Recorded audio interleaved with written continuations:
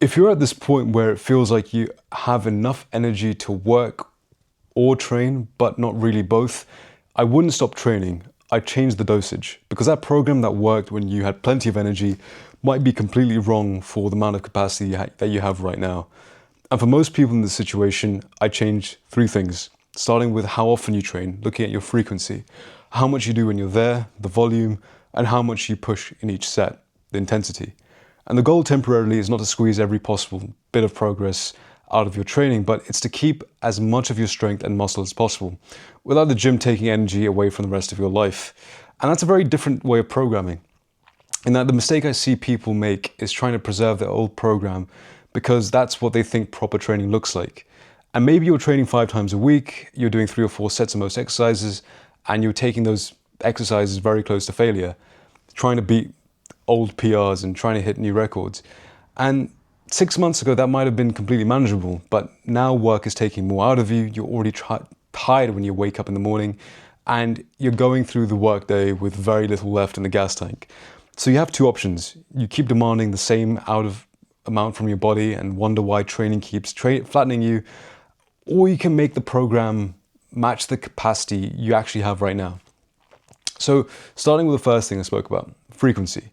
If you're currently training 4, 5, or 6 times a week, I'd probably bring that down to 3, looking at 3 full body sessions. Something like Monday, Wednesday, and Saturday. If even those 3 sessions are becoming difficult and demanding for your body to recover from, go for 2, and then build up your capacity again. The important point here is that training fewer days doesn't automatically mean you're going to lose everything that you've built over time. You can maintain a surprising amount of strength and muscle on considerably less work than you might normally use when you're actually trying to maximize growth. And full body training is useful here because we can cover most of the body without requiring you to make 5 or 6 separate trips to the gym. And that's the first lever. Reducing that frequency to the point it becomes manageable. The second part here is looking at your volume, how much you're doing. And this is where I'd make the biggest cut. If you're currently doing 4 sets of an exercise, you probably don't need to immediately keep doing 4 sets just because that's what's written in the program. I would keep the most important exercises and reduce the number of sets. So your biggest movements. So let's say a session might have 5 movements, a squat or a leg press type movement, a hip hinge or hamstring movement, a press, a pull, and then 1 smaller exercise for a body part you particularly care about, shoulders, arms, you name it. And most of those exercises, you're doing one or 2 proper working sets. Those are your top sets, not 4 sets, not 5 sets, 1 or 2 at the most. That means that whole session might only contain around 8 to 10 meaningful working sets. And you could be finished in around 40 to 50 minutes. And if you're accustomed to high volume training, you'll probably leave thinking you could have done more. You won't necessarily feel like you've been gassed out or push yourself to exhaustion. And that's the point I'm trying to make. That's exactly what we want at this point, because we're no longer asking how much training I can survive on, but how little training can I do while still getting the result I need. So what's your minimal viable training program? The final thing I'd look at is intensity. And that's the third lever. It's the effort. If you're taking every compound exercise to the point where you physically cannot perform another repetition, I'd back away from that. For most of your work, leave around 2 or 3 repetitions in reserve. If you genuinely think you could get 10 reps, stop at around 7 or 8.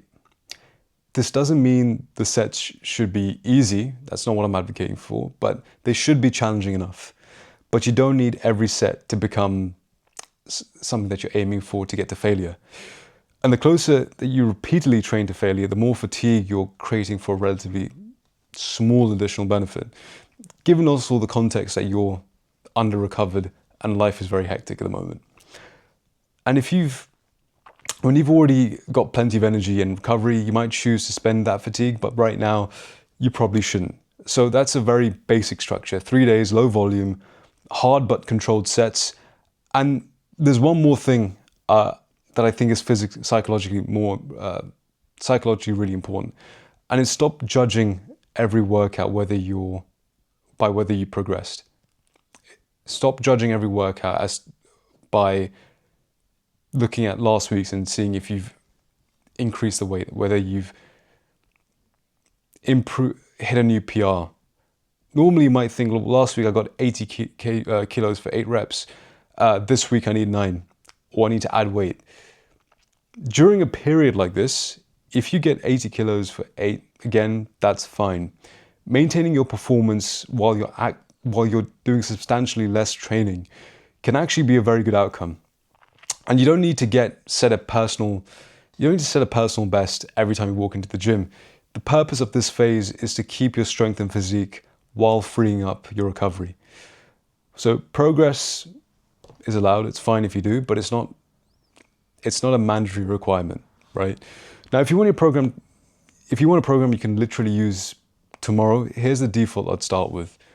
3 full body sessions per week, 5 exercises in each session, 2 working sets per exercise, most compound movements somewhere around 5 to 10 rep range. Similar exercises somewhere around 8 to 15. Stop most sets with roughly 2 or 3 reps in reserve and try to keep the session under 50 minutes. And here's an example session. Leg press, Romanian deadlift, incline dumbbell press, a chest supported row, lateral raises, 2 proper sets of each, and that's 10 working sets.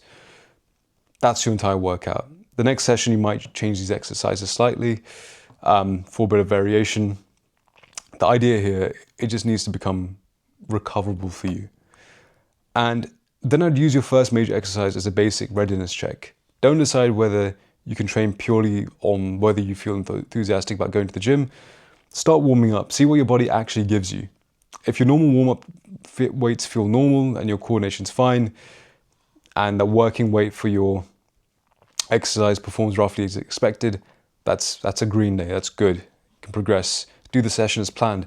But if the weight that is normally comfortable for you suddenly feels extremely heavy and your reps are clearly down compared to what they were the week before, or everything feels unusually difficult, you can put that day in amber. Know that it's not the day to push. So it's just understanding and being flexible and adaptable that you might need to reduce the intensity of that workout. So the key here is just listening to your body, listening to what your body needs, and still doing some form of movement, still pushing and trying something anyways, but also understanding what your limits are.